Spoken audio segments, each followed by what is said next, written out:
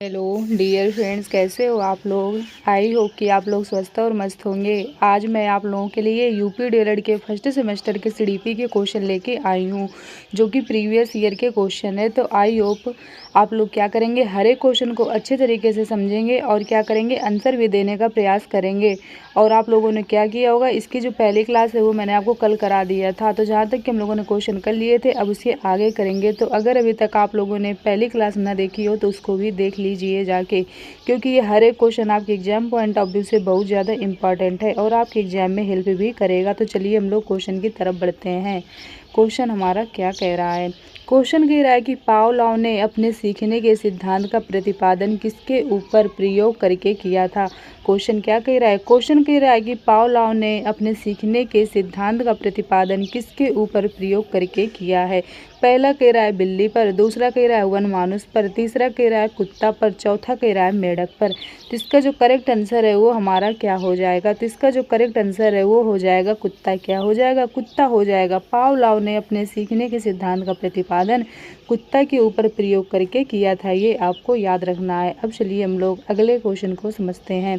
अगला क्वेश्चन कह रहा है कि थॉर्नडाइक ने, क्वेश्चन क्या कह रहा है, क्वेश्चन कह रहा है थॉर्नडाइक ने अपने सीखने के सिद्धांत का प्रतिपादन किसके ऊपर प्रयोग करके किया है। क्वेश्चन क्या कह रहा है, उसमें पूछा गया था पावलोव पर, तो पावलोव ने किस पे किया था, पावलोव ने किया था कुत्ते पर। अब पूछा जा रहा है थॉर्नडाइक पर कि थॉर्नडाइक ने अपने सीखने के सिद्धांत का प्रतिपादन किसके ऊपर प्रयोग करके किया था। पहला कह रहा है कुत्ता, दूसरा कह रहा है तोता, तीसरा कह रहा है मनुष्य, चौथा कह रहा है बिल्ली। तो इसका जो करेक्ट आंसर है वो हो जाएगा बिल्ली। क्या हो जाएगा, बिल्ली हो जाएगा, ये आपको याद रखना है। थॉर्नडाइक ने अपने सीखने के सिद्धांत का प्रतिपादन भूखी बिल्ली के ऊपर प्रयोग करके किया था। इसके बारे में मैंने आपको क्लास में बहुत अच्छे से बताया था। जिन लोगों ने क्लास ली होगी अच्छे से तुम लोगों को पता होगा कितना डीप में मैंने आपको समझाया था।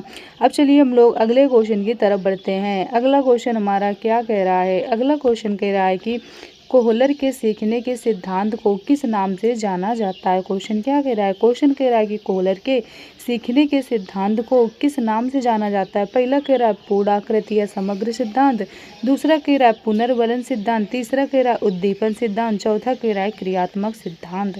तो इसका जो हमारा करेक्ट आंसर है वो हो जाएगा पूर्ण आकृति समग्र सिद्धांत। क्या हो जाएगा, पूर्ण आकृति या समग्र सिद्धांत हो जाएगा। कोहलर के सीखने के सिद्धांत को पूर्ण आकृति या समग्र सिद्धांत के नाम से जाना जाता है। गेस्टाल्ट का अर्थ है समग्र रूप। गेस्टाल्टवादियों का मानना है कि व्यक्ति किसी वस्तु या अवधारणा को आंशिक रूप से नहीं बल्कि पूर्ण रूप से क्या करता है, सीखता है, अतः इसे समवाद भी कहा जाता है। तो जो इसका करेक्ट आंसर है वो क्या हो जाएगा, कोहलर के सीखने के सिद्धांत को किस नाम से जाना जाता है, तो ये जाना जाता है पूर्ण आकृति या समग्र का सिद्धांत। तो आई होप आप लोगों को ये वाला भी क्वेश्चन अच्छे से समझ में आया होगा। अगला क्वेश्चन कह रहा है व्यक्ति की वह मनोस्थिति जिसके द्वारा वह विभिन्न परिस्थितियों में सामाजिक और व्यक्तिगत समायोजन करने में सामर्थ होता है, क्या कहलाता है। जब व्यक्ति क्या करता है, व्यक्ति क्या करता है, सामाजिक और व्यक्तिगत यानी जो समाज की चीज़ें हैं और जो उसकी पर्सनल चीज़ें हैं उनमें क्या करता है, वो समायोजन बैठा लेता है कि हमें समाज में किस तरीके से रहना है और जो हमारी पर्सनल लाइफ है उसमें हमें किस तरीके से वर्क करना है। तो दोनों में क्या करता है, वो मतलब कि समायोजन बैठा लेता है। तो ये जो प्रक्रिया होती है ये क्या कहलाती है। पहला कह रहा है समंजन, दूसरा कह रहा है मानसिक स्वास्थ्य, तीसरा कह रहा है आत्मसातन, चौथा कह रहा है प्रकीर्णन। तो इसका जो हमारा करेक्ट आंसर है वो, इसका जो हमारा करेक्ट आंसर है वो क्या हो जाएगा, तो इसका जो हमारा करेक्ट आंसर है वो हो जाएगा समंजन। क्या हो जाएगा, समंजन बोलते हैं व्यक्ति की वह मनोस्थिति जिसके द्वारा वह विभिन्न परिस्थितियों में सामाजिक और व्यक्तिगत समायोजन करने में क्या होता है, समर्थ होता है, उसे क्या कहा जाता है, समंजन कहा जाता है। ये भी आपको क्या करना है, याद रखना है, क्या कहा जाता है, समंजन कहा जाता है। तो आई होप आप लोगों को ये वाले क्वेश्चन बहुत अच्छी तरीके से समझ में आए होंगे और आप लोग क्या कर रहे होंगे, हर एक क्वेश्चन को बहुत बेहतर तरीके से समझने का भी प्रयास कर रहे होंगे। ये सारे क्वेश्चन आपके एग्जाम पॉइंट ऑफ व्यू से बहुत ज़्यादा इंपॉर्टेंट हैं और सारे क्वेश्चन आपके एग्जाम में क्या करेंगे, बहुत ज़्यादा हेल्प भी करेंगे। तो आप लोगों को क्या करना है, हर एक क्वेश्चन को अच्छे तरीके से समझते चलना है ताकि आप लोगों को कोई भी दिक्कत ना हो, ठीक।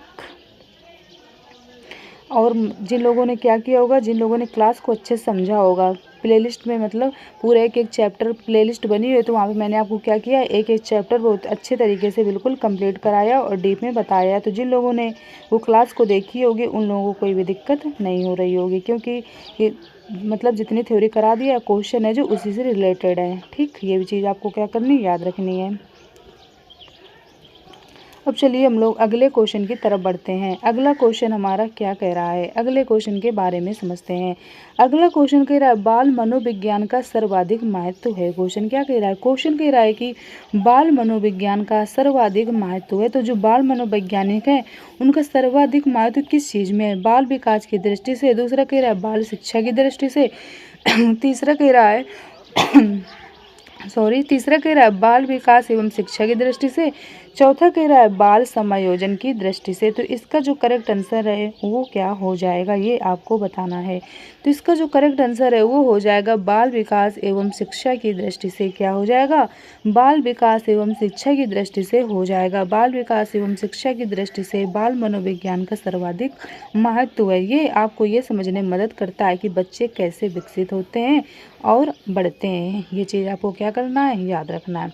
अब चलिए हम लोग अगले क्वेश्चन को समझते हैं। अगला क्वेश्चन हमारा क्या कह रहा है, अगला क्वेश्चन कह रहा है किशोरावस्था बड़े बल, तनाव, तूफान तथा विरोध की अवस्था है। यह कथन किसका है, पहला कह रहा है किलपैट्रिक का, दूसरा कह रहा है स्टेनले हॉल का, तीसरा कह रहा है टीपीनन का, चौथा कह रहा है वाटसन का। तो इसका जो हमारा करेक्ट आंसर है वो क्या हो जाएगा, तो इसका जो हमारा करेक्ट आंसर है वो हो जाएगा स्टेनले हॉल। क्या हो जाएगा, स्टेनले हॉल हो जाएगा। किशोरावस्था बड़े बल, तनाव, तूफान तथा विरोध की अवस्था, ये कथन स्टेनले हॉल का है।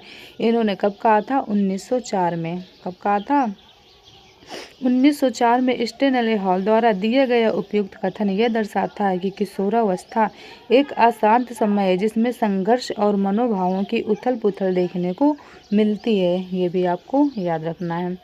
अगले क्वेश्चन को समझते हैं। अगला क्वेश्चन कह रहा है कि प्रयास तथा त्रुटि सिद्धांत के प्रतिपादक हैं।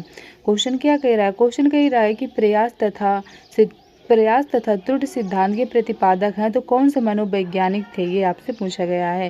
पहला कह रहा है C.L. हल, दूसरा कह रहा है पावलोव हो गया यहाँ पे, तीसरा कह रहा है थॉर्नडाइक, चौथा कह रहा है वुडवर्थ। तो इसका जो करेक्ट आंसर है वो हमारा क्या हो जाएगा, तो इसका जो हमारा करेक्ट आंसर है वो हो जाएगा इसका जो हमारा करेक्ट आंसर है वो हो जाएगा, क्या हो जाएगा, ये हो जाएगा थॉर्नडाइक। क्या हो जाएगा, थॉर्नडाइक हो जाएगा। ठीक है, ये आपको याद रखना है। प्रयास तथा त्रुटि के सिद्धांत का प्रतिपादन किसने किया था, तो ये किया था हमारे थॉर्नडाइक ने किया था। ठीक, ये भी आपको याद रखना है। जो ये दर्शाता है कि शिक्षण उद्दीपकों और अन्य क्रियाओं के बीच संबंध बनाने का क्या है, परिणाम है। ठीक, इसमें आपको मनोवैज्ञानिक का नाम याद रखना है। अब चलिए अगले क्वेश्चन को समझते हैं। अगला क्वेश्चन कह रहा है कि केंद्रीय प्रवृत्ति का मापक नहीं है। तो केंद्रीय प्रवृत्ति का मापक क्या नहीं है, इसमें आपसे नहीं पूछा गया है। पहला कह रहा है मध्यमान, दूसरा कह रहा है मध्यांक, तीसरा कह रहा है प्रसार, चौथा कह रहा है बहुलक। तो इसका जो करेक्ट आंसर है वो क्या हो जाएगा, केंद्रीय प्रवृत्ति का मापक नहीं है। तो इसका जो करेक्ट आंसर है वो हो जाएगा प्रसार। क्या हो जाएगा, प्रसार हो जाएगा। केंद्रीय प्रवृत्ति का मापक प्रसार नहीं है। केंद्रीय प्रवृत्ति के 4 मापक हैं, कौन कौन से होते हैं, माध्य होता है, माध्यिका होता है, बहुलक होता है और क्या होती है, मध्य श्रेणी होती है। लेकिन प्रसार नहीं है, तो इसमें नहीं पूछा गया था, तो इसका करेक्ट आंसर यही हो जाएगा, नहीं। अब चलिए हम लोग अगले क्वेश्चन को समझते हैं। अगला क्वेश्चन कह रहा है कि किशोरावस्था की विशेषताओं को सर्वोत्तम रूप से व्यक्त करने वाला एक शब्द है। तो ये क्या कहलाता है, पहला कहा जा रहा है विकास, दूसरा कह रहा है परिवर्तन, तीसरा कह रहा है समायोजन, चौथा कह रहा है अस्थिरता। तो इसका जो हमारा करेक्ट आंसर है वो क्या हो जाएगा, तो इसका जो हमारा करेक्ट आंसर है वो हो जाएगा परिवर्तन। क्या हो जाएगा, परिवर्तन हो जाएगा। किशोरावस्था की विशेषताओं को सर्वोत्तम रूप से व्यक्त करने वाला एक शब्द परिवर्तन है। परिवर्तन शारीरिक, सामाजिक और मनोवैज्ञानिक है, ये भी आपको याद रखना है। अब चलिए हम लोग अगले क्वेश्चन को समझते हैं। अगला क्वेश्चन हमारा क्या कह रहा है, अगला क्वेश्चन कह रहा है बाल विकास को प्रभावित करने वाला, फिर खाली जगह दी हुई है, फिर कहा गया कि कारक नहीं है, इसमें आपसे नहीं पूछा गया है। तो इसका करेक्ट आंसर क्या हो जाएगा, पहला कह रहा है पोषण, दूसरा कह रहा है लिंगभेद, तीसरा कह रहा है संस्कृति, चौथा कह रहा है वातावरण। तो बाल विकास को प्रभावित करने वाला कारक लिंग भेद नहीं है। क्या नहीं है, इसका करेक्ट आंसर क्या हो जाएगा, लिंग भेद हो जाएगा। लिंग भेद नहीं है। बाल विकास को प्रभावित करने वाले कारक आहार, पोषण, जलवायु, हार्मोन, संस्कृति, जीवन शैली इत्यादि हैं। ठीक, तो आई होप आप लोगों को ये वाला भी क्वेश्चन अच्छे से समझ में आया होगा। अब चलिए हम लोग अगले क्वेश्चन को समझते हैं। हैं। अगला क्वेश्चन कह रहा है कि अभ्यास और अनुभव के द्वारा व्यवहार में होने वाला परिवर्तन कहलाता है। तो अभ्यास और अनुभव के द्वारा होने वाला परिवर्तन क्या कहलाता है? पहला कह रहा है अवधान, दूसरा कह रहा है प्रेरणा, तीसरा कह रहा है प्रतिकार, चौथा कह रहा है अधिगम। तो इसका जो हमारा करेक्ट आंसर है वो क्या हो जाएगा, ये आपको बताना है। तो इसका जो हमारा करेक्ट आंसर है वो हो जाएगा प्रेरणा। क्या हो जाएगा? प्रेरणा हो जाएगा। अभ्यास और अनुभव के द्वारा व्यवहार में होने वाला परिवर्तन क्या कहलाता है? प्रेरणा कहलाता है। तो आई होप आप लोगों को ये वाला भी क्वेश्चन अच्छे से समझ में आ गया होगा। अब चलिए अगले क्वेश्चन को समझते हैं। अगला क्वेश्चन कह रहा है पदों के योग में पदों की संख्या से भाग देने पर जो प्राप्त होता है उसे क्या कहते हैं? क्वेश्चन क्या कह रहा है? क्वेश्चन कह रहा है पदों के योग में पदों की संख्या से भाग देने पर जो प्राप्त होता है उसे क्या कहा जाता है, ये आपको बताना है। प्रसरण कहलाता है कि माध्यिका कहलाती है कि बहुलक कहलाता है कि माध्य कहलाता है? तो इसका जो हमारा करेक्ट आंसर है वो हो जाएगा माध्य। क्या हो जाएगा? माध्य हो जाएगा। पदों के योग में पदों की संख्या से भाग देने पर जो प्राप्त होता है वो क्या कहलाता है? माध्य। इसी को समांतर माध्य के नाम से भी जानते हैं। ठीक, ये भी आपको क्या करना है, याद रखना है। समांतर माध्य बराबर क्या होता है? पदों का योग बटे पदों की संख्या। अब चलिए हम लोग अगले क्वेश्चन को समझते हैं। अगला क्वेश्चन क्या कह रहा है? अगला क्वेश्चन कह रहा है बालकों में स्वतंत्रता की आकांक्षा किस अवस्था में प्रबल हो जाती है? क्वेश्चन क्या कह रहा है? क्वेश्चन कह रहा है बालकों में स्वतंत्रता की आकांक्षा किस अवस्था में प्रबल हो जाती है? पहला कह रहा है किशोरावस्था, दूसरा कह रहा है शैशवावस्था, तीसरा कह रहा है बाल्यावस्था, चौथा कह रहा है प्रौढ़ा अवस्था। तो इसका जो करेक्ट आंसर है वो क्या हो जाएगा? तो इसका जो करेक्ट आंसर है वो हो जाएगा किशोरावस्था। क्या हो जाएगा? किशोरावस्था हो जाएगी। ये भी आपको याद रखना है। जो किशोरावस्था होती है इसकी एज कहाँ से कहाँ तक की होती है? तो ये होती है हमारी 12 साल से लेके 18 साल तक की, कहीं कहीं पर 19 भी लिखा रहेगा। ठीक, तो आपको याद रखना है। बालकों में स्वतंत्रता की आकांक्षा किशोरावस्था में प्रबल हो जाती है। किशोरावस्था का शाब्दिक अर्थ क्या है? परिपक्वता की ओर बढ़ना। और जो इसकी आयु होती है ये भी आपको याद रखना है, 12 से लेके 18 साल तक की होती है। ठीक, अब चलिए हम लोग अगले क्वेश्चन की तरफ बढ़ते हैं। अगला क्वेश्चन कह रहा है कि जिन तथ्यों को भूतकाल में सीखा जा चुका है उन्हें स्मरण करना ही स्मृति है, ऐसा किस मनोवैज्ञानिक ने कहा था? पहला कह रहा है रॉश, दूसरा कह रहा है वुडवर्थ, तीसरा कह रहा है रायबर्न, चौथा कह रहा है स्किनर। तो इसका जो करेक्ट आंसर है वो क्या हो जाएगा? तो इसका जो करेक्ट आंसर है वो हो जाएगा वुडवर्थ। क्या हो जाएगा? वुडवर्थ हो जाएगा। जिन तथ्यों को भूतकाल से सीखा जा चुका है उन्हें स्मरण करना ही क्या कहलाता है? स्मृति कहलाता है। ये कथन वुडवर्थ का है। स्मृति का शाब्दिक अर्थ क्या होता है? याद किया हुआ होता है। ठीक है, ये भी आपको याद रखना है। तो आई होप आप लोगों को यहाँ तक के क्वेश्चन अच्छे समझ में आए होंगे और आपने क्या किया होगा, हर एक क्वेश्चन को बेहतर तरीके से समझने का भी प्रयास किया होगा।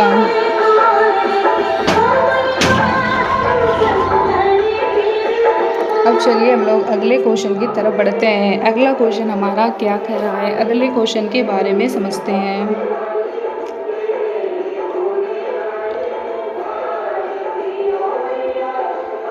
अगला क्वेश्चन कह रहा है कि क्या कह रहा है? क्वेश्चन कह रहा है CAT परीक्षण किस आयु के बच्चों के व्यक्तित्व का मूल्यांकन करने हेतु प्रयुक्त होता है? क्वेश्चन क्या कह रहा है? क्वेश्चन कह रहा है CAT परीक्षण किस आयु के बच्चों के व्यक्तित्व का मूल्यांकन करने हेतु प्रयुक्त होता है? पहला कह रहा है 1 से लेके 5 साल तक के, दूसरा कह रहा है 3 से लेके 11 साल तक के, तीसरा कह रहा है 11 से लेके 13 साल तक के, चौथा कह रहा है 11 साल से लेके 15 साल तक के। तो इसका जो करेक्ट आंसर है वो क्या हो जाएगा? तो इसका जो करेक्ट आंसर है वो हो जाएगा 3 से लेके 11 साल तक के। कितना हो जाएगा? 3 से लेके 11 साल तक के बच्चों के लिए हो जाएगा। CAT 3 से लेके 11 वर्ष CAT 3 से लेके 11 वर्ष आयु के बच्चों के व्यक्तित्व का मूल्यांकन करने हेतु प्रयुक्त होता है। ये भी क्या करना है, आपको याद रखना है। ठीक, फिर कह रहा है CAT परीक्षण में बच्चों को उनके हितों को प्रकट करने और उनका मूल्यांकन करने के लिए चिन्हित कार्ड भी दिए जाते हैं। ये भी क्या करना है, आपको याद रखना है। अब चलिए हम लोग अगले क्वेश्चन की तरफ बढ़ते हैं। अगला क्वेश्चन क्या कह रहा है? अगला क्वेश्चन कह रहा है कि संवेग का प्रकार नहीं है। इसमें आपसे नहीं पूछा गया, जो संवेग का प्रकार है वो नहीं है। पहला कह रहा है क्रोध, दूसरा कह रहा है भय, तीसरा कह रहा है ध्यान, चौथा कह रहा है प्रेम। तो इसका जो करेक्ट आंसर है वो हो जाएगा ध्यान। आपसे नहीं पूछा गया है तो नहीं में क्या जाएगा? ध्यान जाएगा। संवेग का प्रकार ध्यान नहीं है। संवेग वस्तुतः ऐसी प्रक्रिया है जिसे व्यक्ति उद्दीपक द्वारा अनुभव करता है। संवेग भय, क्रोध, प्रेम, ईर्ष्या, जिज्ञासा, चिंता, दुख, शर्म आदि को कहते हैं। ये भी आपको याद रखना है। तो आई होप आप लोगों को ये वाला भी क्वेश्चन अच्छे से समझ में आया होगा। अगला क्वेश्चन कह रहा है प्रतिभाशाली बालक की बुद्धि लब्धि होती है। तो जो हमारे प्रतिभाशाली बालक होते हैं उनकी बुद्धि लब्धि कितनी होती है? 80 से 90 के बीच, या फिर 110 से लेके 120 के बीच, या फिर 140 से अधिक, या फिर 100 से 120 के बीच। तो इसका जो करेक्ट आंसर है वो हो जाएगा 140 से अधिक होती है। कितने से अधिक होती है? 140 से अधिक होती है। ये भी आपको याद रखना है। ठीक, प्रतिभाशाली बालक वो होते हैं जो शैक्षिक प्रयासों में लगातार क्या होते हैं? उल्लेखनीय प्रदर्शन करते हैं। ठीक, तो आई होप आप लोगों को ये वाला भी क्वेश्चन अच्छे समझ में आया होगा। अब चलिए हम लोग अगले क्वेश्चन की तरफ बढ़ते हैं। अगला क्वेश्चन जो कि हमारी आज की क्लास का लास्ट क्वेश्चन होगा। अगला क्वेश्चन कह रहा है पियाजे के अनुसार बालक के संज्ञानात्मक विकास की स्थितियाँ तो कितनी होती हैं? पियाजे के अनुसार पहला कह रहा है 2, दूसरा कह रहा है 4, तीसरा कह रहा है 6, चौथा कह रहा है 3। तो इसका जो करेक्ट आंसर है वो हो जाएगा 4। कितनी होती है? 4 होती हैं। ठीक, ये आपको याद रखना। और कौन कौन सी होती है इनके बारे में समझ लेते हैं। संवेगात्मक अवस्था, पूर्व संक्रियात्मक अवस्था, मूर्त संक्रियात्मक अवस्था और अमूर्त संक्रियात्मक अवस्था। तो आई होप आप लोगों को यहाँ तक ये क्वेश्चन बेहतर तरीके से समझ में आए होंगे और आपने क्या किया होगा? हर एक क्वेश्चन को बेहतर तरीके से समझा भी होगा। तो चलिए फिर आज की क्लास को हम लोग यहीं तक रखते हैं। आप लोग ज़्यादा से ज़्यादा वीडियो दोस्तों तक शेयर करिएगा, जिससे क्या हो दोस्तों की भी हेल्प हो सके। चैनल को लाइक और सब्सक्राइब करिएगा, जिससे आने वाले नोटिफिकेशन आप लोगों को टाइम टू टाइम मिलती रहे। और अगर अभी तक आप लोग टेलीग्राम चैनल से ऐड हुए तो उससे भी हो जाइए। क्लास की जो PDF है आप लोगों को वहीं पे मिलेगी। तो चलिए फिर आज की क्लास को हम लोग यहीं तक रखते हैं। Okay, thank you.